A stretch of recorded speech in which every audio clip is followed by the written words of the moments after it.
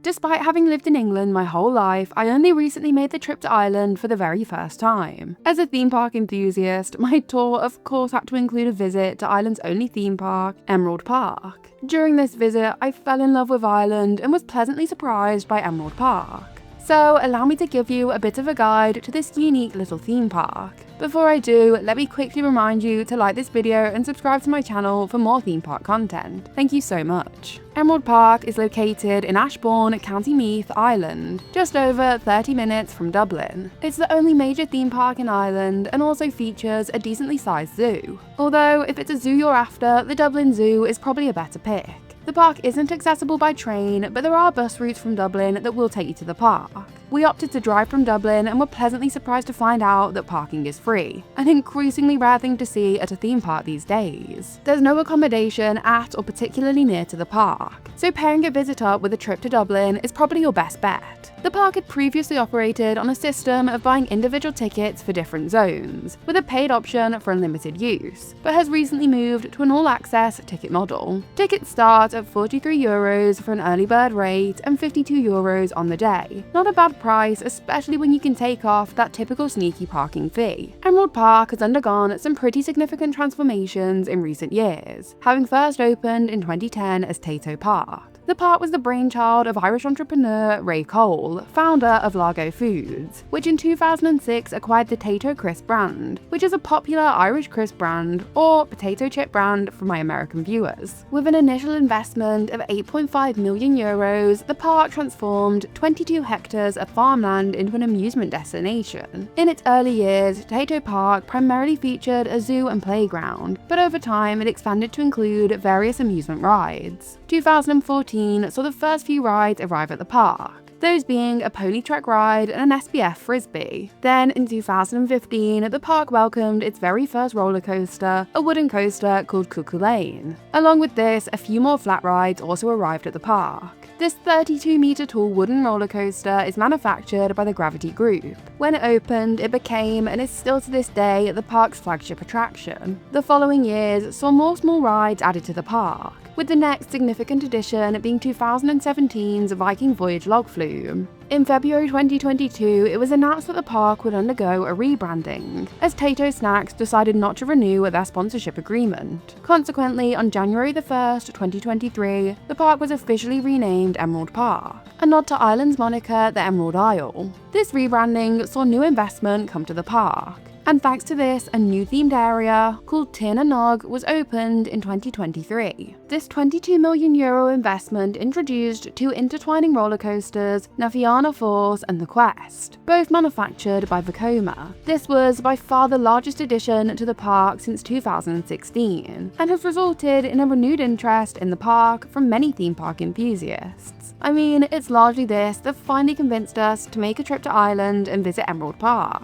Even with these new additions, Emerald Park is still a rather small theme park, and is certainly one more aimed at families than thrill seekers. For comparison, I'd liken the park to England's Portons Park. Theming is kinda lacking, and I'd be lying if I said that any of the attractions are world-class standouts. But despite this, I still adored the park. Admittedly, I got extremely lucky and visited the park on a rare sunny March day, something which always helps make a theme park day more enjoyable. Although, despite the blue skies, it was still rather chilly, so I don't think it was just the weather that sold me on the park. Emerald Park had a great atmosphere. The staff all seemed to genuinely care, the guests were well behaved, and operations were pretty good. I was amazed to see that despite the park being relatively quiet, the new inverted coaster was running 2 trains, something that can be quite rare to see at other parks. I'm looking directly at you, Alton Towers. As already mentioned, the wooden coaster is definitely the best ride at the park, and the #1 must-do attraction. I'd also say the Quest, Fianna Fáilte, and Viking Voyage are all also must-dos. Although, be warned, there is no staying dry on Viking Voyage. This log flume is incredibly efficient at chucking water directly into your shoes, no matter how hard you try to keep them under the seat and out of the way. There's also a great selection of flat rides to enjoy, and a couple of other credits to pick up for those obsessed with fattening up their coaster count. I'm not the biggest fan of zoos, but I did have a wander around to check it out while I was there. The zoo is pretty small, and sadly the petting zoo wasn't open when I was there, as this is something I always enjoy. But the lemur woods, which allows you to walk in an enclosure with free roaming lemurs, was open and was something that I really enjoyed. As far as entertainment goes, I didn't really check out much as my time at the park was rather limited, so I wanted to mainly focus on doing my favourite thing, which is of course riding the rides. There aren't currently any large-scale shows at the park, and the only show-like offerings are all a part of the zoo, with the biggest being the World of Raptors aerial bird show. There are also the zookeeper talks, which I did manage to catch a few bits of, and they were very interesting and informative. When I visited Emerald Park, there was no special event on, but it does seem that the park likes to hold a fair few of these throughout the year. It's during these that more shows and entertainment are added to the park. The only event that's currently listed online is the Easter event Hop and Hunt, which is a huge Easter egg hunt featuring special characters along the way. But other than this, last year the park held a lot of other events, which it seems pretty much guaranteed will be returning this year. There's the Halloween themed treasure hunt Tricky Trail, the After Dark event which keeps the park open late, and the Christmas event Jingle Fest. Jingle Fest is the largest of these events and features an enchanted entertainment tent packed with fun things to do such as gingerbread decorating and special Christmas performances. The Christmas season also saw the park offer drive-in movies in the car park, an incredibly fun and unique idea. They also held a one-time charity teddy bears picnic and Dino Roar, a dinosaur-themed meet and greet event. Finally, the park also put on a carnival-like show during the summer season called The Show by Robert Fawcett. Expectedly, just like the attractions, these events are mostly family-oriented, but when the park was still Tato Park, a more adult-oriented Halloween event called Morbid Manor was held, which featured an immersive walk-through haunted house. Sadly, this is no longer the direction Emerald Park go in for their Halloween event, which is more focused now on treats than tricks. But with the ever-increasing popularity of scare mazes, it would be interesting to see the park take another stab at something like this. Although it isn't particularly their demographic, so it's not a shock to see such things absent these days. Beyond attractions and entertainment, another very important part of the theme park experience is food. Sure, you could pack a picnic,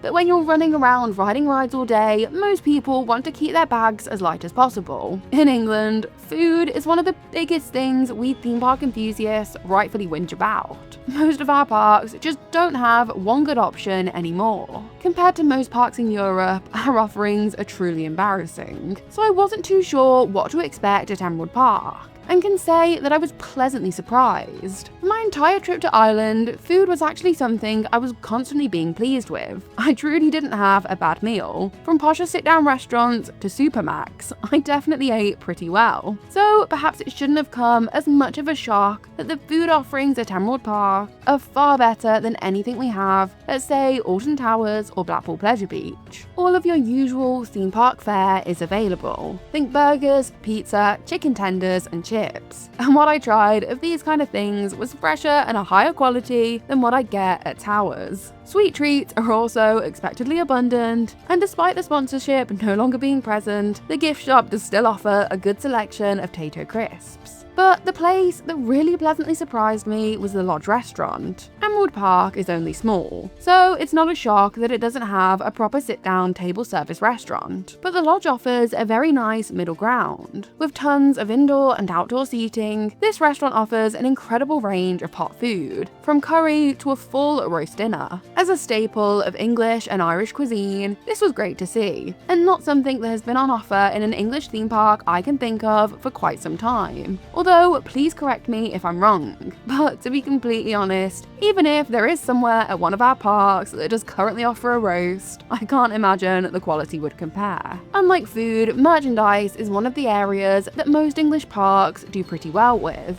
Our parks offer more attraction-specific merchandise than Disney do these days, and thankfully the same can be said for Emerald Park. From t-shirts to plush toys to pins, everything you'd expect themed to all the major attractions can be purchased. Emerald Park certainly isn't a thrill-seeker's paradise, nor will it satisfy a craving for intricate theming and detailed dark rides, but it's a nice day out and more than worth a visit. Ultimately, I wouldn't recommend just making the trip to the theme park. But if you live in England, or even Europe, and want a beautiful vacation with a theme park tagged on, Ireland is the perfect destination. While I was there, I travelled to a fair few places, and would definitely recommend a visit to Galway and Killarney, both of which are pretty easy to access via train or car from Dublin. I'm happy to answer any questions you have about the park or even planning a trip to Ireland, so please ask away in the comments. Thank you so much for watching. Let me know if you ever visited Tayto Park or have made the more recent trip to see the new additions since the park has become Emerald Park. Thank you so much for watching. Please like, subscribe, check out some of my other videos and the links in the description.